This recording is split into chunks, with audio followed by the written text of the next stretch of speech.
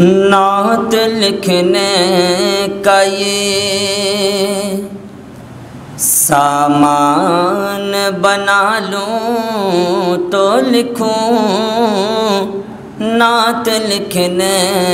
کا یہ سامان بنا لوں تو لکھوں، نعت لکھنے کا یہ نعت لکھنے کا یہ سامان بنا لوں تو لکھوں، نعت لکھنے کا یہ سامان بنا لوں تو لکھوں، مشک و عنبر سے دہن پہلے بسا لوں تو لکھوں، مشک و عنبر سے دہن پہلے بسا لوں تو لکھوں، نعت لکھنے کا یہ چشم حوران بہشتی کا میں کاجل پالوں، چشم حوران بہشتی کا میں کاجل پالوں، شاخ سدرا سے قلم پہلے بنا لوں تو لکھوں، شاخ سدرا سے قلم پہلے بنا لوں تو لکھوں، نعت لکھنے کا یہ یا قلم کی جگہ مل جائے ہمیں نو کے ہلال، یا قلم کی جگہ مل جائے ہمیں نو کے ہلال، صفحہ شمس ہے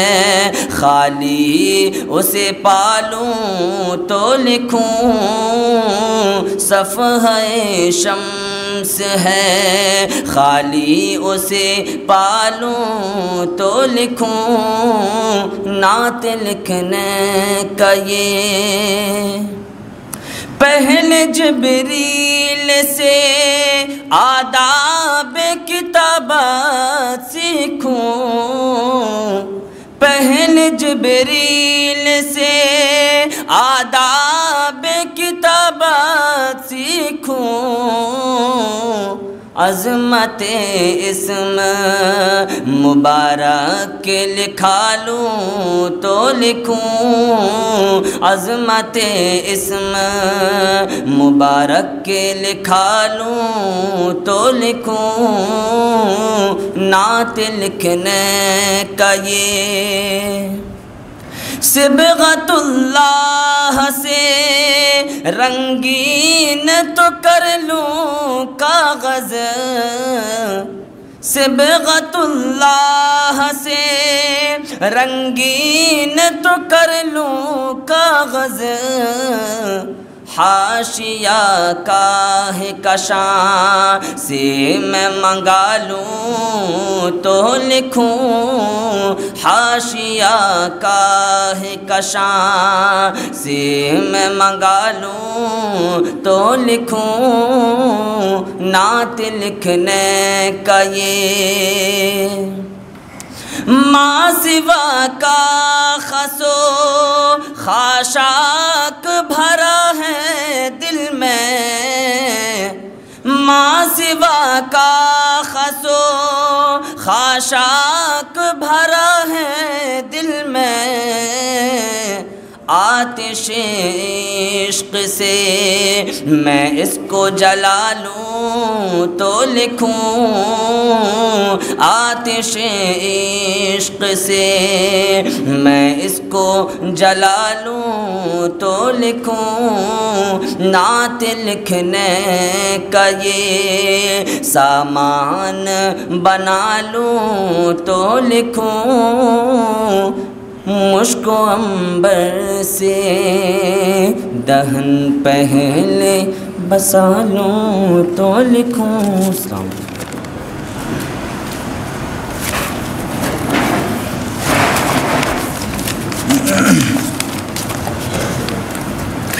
ابھی آپ کے روبرو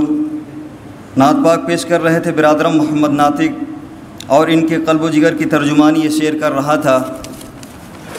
حسن یوسف دم عیسیٰ ید بیضاداری،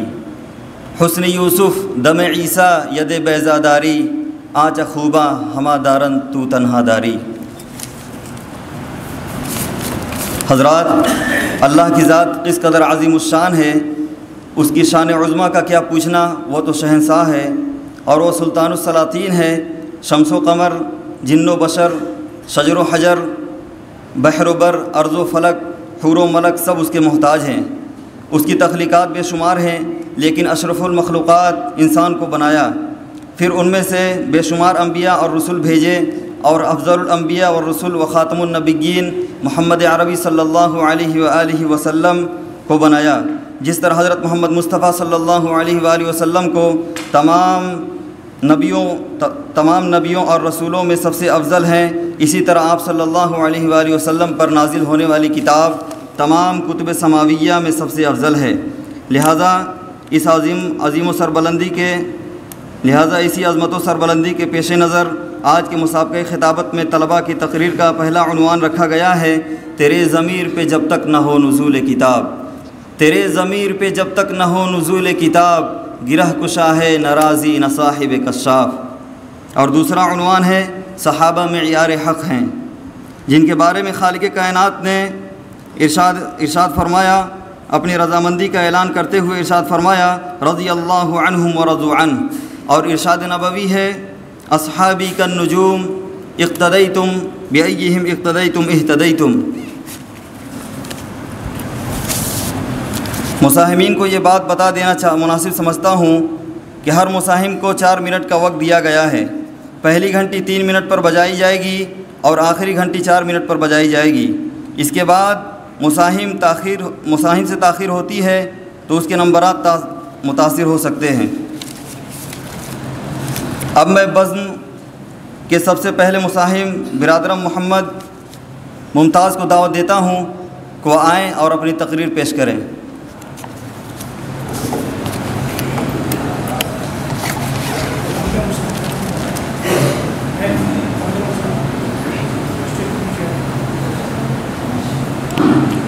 اور محمد عالمگیر اسٹیج کے پیچھے آ جائیں۔ الحمد لله كفى وسلام على عباده الذين اصطفى أما بعد.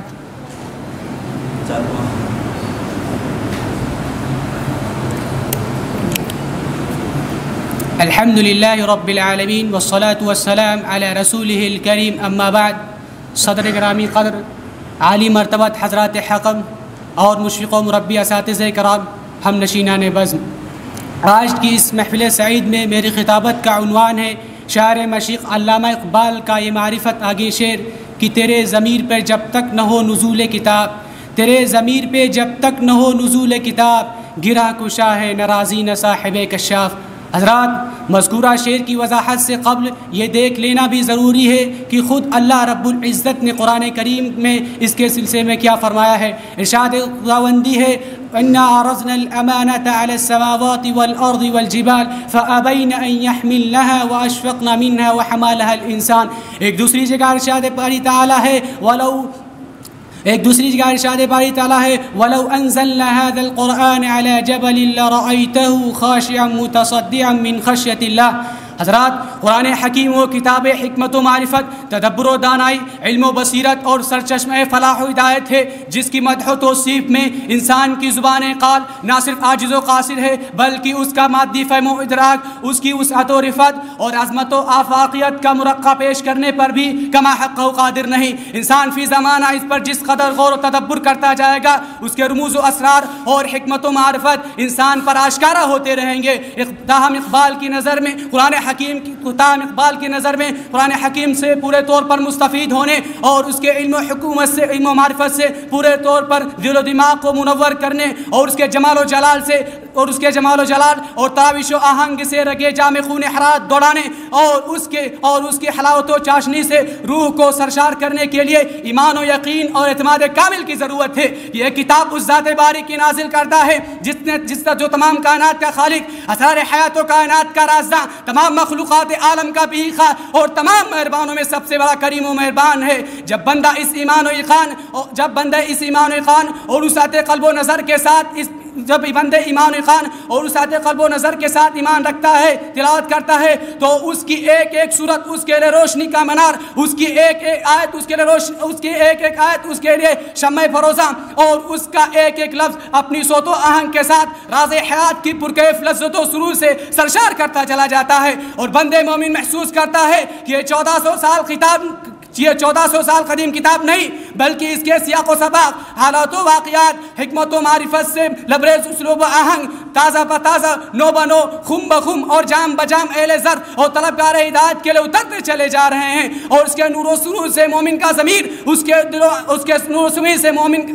نور و سرور سے مومن کا ضمیر، اس کا قلب اور اس کے رگ و رشے وجد کے کیفیات سے سرشار ہو جاتے ہیں، اور اس کا وجدان انوار و معرفت کی ایسی جلوہ گاہ ہوتا ہے جہاں امام راضی کی تمام نقطہ سنجا ہیج اور امام زمخشری کی تمام نقطہ کشائیاں بے مایا ہو کر رہ جاتی ہیں، اور مومن کا دل پکار اٹھتا ہے، آشکارا ہے میری آنکھوں پہ اسرار حیات، آشکارا ہے میری آنکھوں پہ اسرار حیات، کہہ نہیں سکتے مجھے نومید پیکار حیات۔ حضرات، یہ ہے قرآن حکیم کی اصل معنویت و مقصدیت۔ حضرات،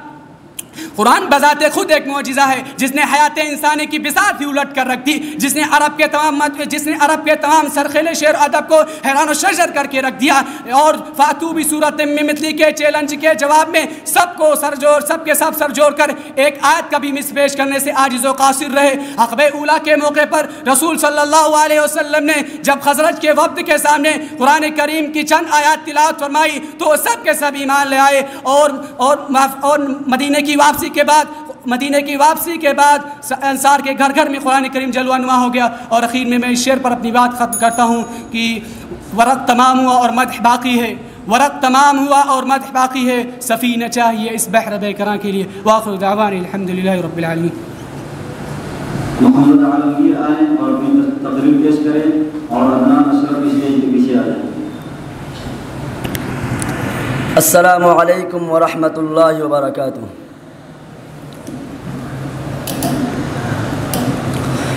نحمده ونصلي على رسوله الكريم، اما بعد، اعوذ باللہ من الشیطان الرجیم، بسم اللہ الرحمن الرحیم۔ انا عرضنا الامانة على السماوات والارض والجبال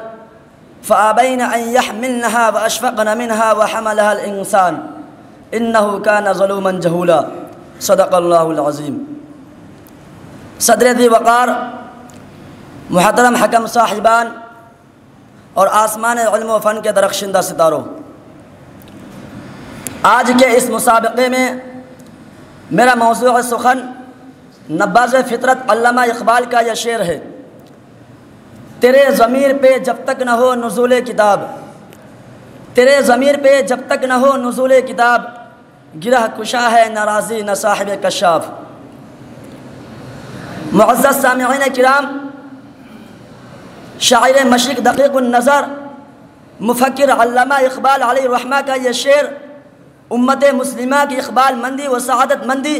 اور تنزل و انحطاط کے کلیدی سبب کی غمازی کرتا ہے۔ یہ ایک پیام ابدی دے رہا ہے کہ قرآن منبع رشد و ہدایت اور سرچشمہ صلاح و فلاح ہے۔ یہ ایک مکمل ضابطۂ حیات اور دستور زندگی ہے، یہ مخزن علم و عرفان ہے۔ بنی نوع انسان کی داستانیں قصہ پارینہ بن سکتی ہے، تمام درختوں کے اوراق بوسیدہ ہو سکتے ہیں، شاخوں کے قلم ریزہ ریزہ ہو سکتے ہیں، اور ہفتے اقلیم کے سمندر کی روشنائی ختم ہو سکتی ہے، مگر کلام الہی کے چہرہ بسیط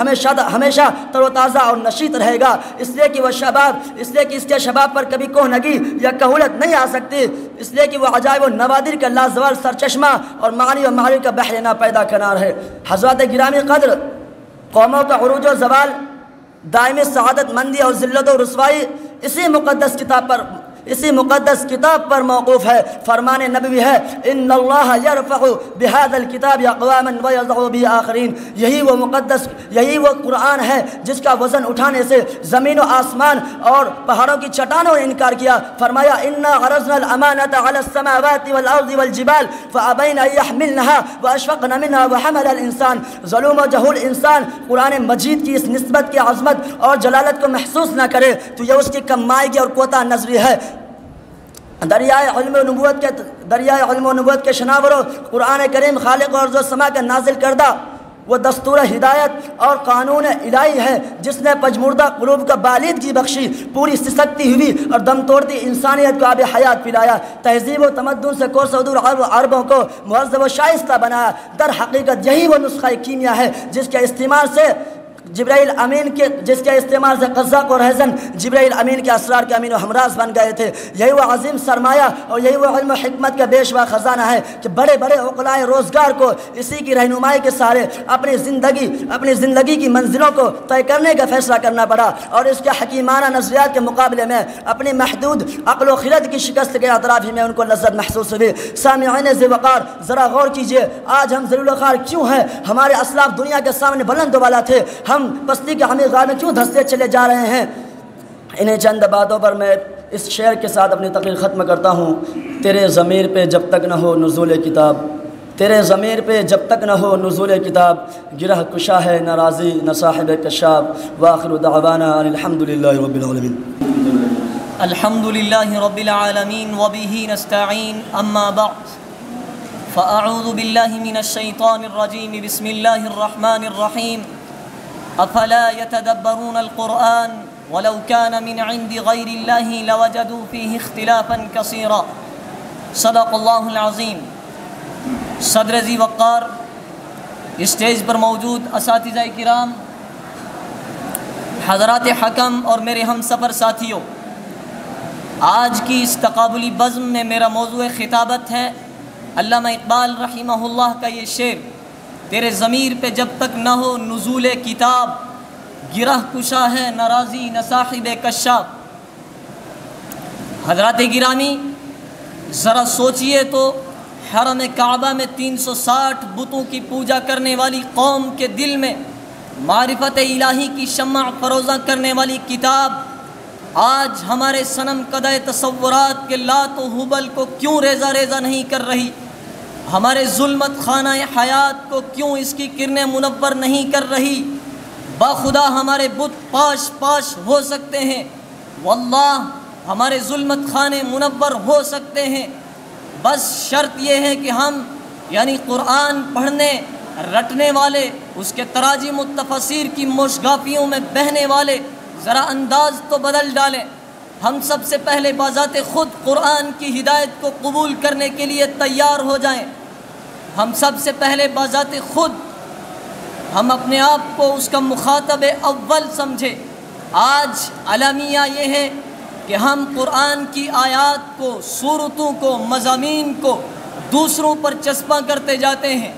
یہ حکم منافقین کا، یہ کفار کا، اس سے مراد انصار، یہ حکم مہاجرین کا، یہاں عرب کے بدو مخاطب، یہاں یہودیوں سے خطاب، یہ علامات عیسائیوں کی، فلاں اور فلاں کرتے کرتے سورہ فاتحہ سے سورہ ناس تک جا پہنچتے ہیں اور اپنی تبدیلیوں کا ذکر ہی نہیں آتا۔ یقیناً مخاطبین کی یہی فہرست، لیکن یاد رہے کہ عمل کا مطالبہ آپ سے ہے۔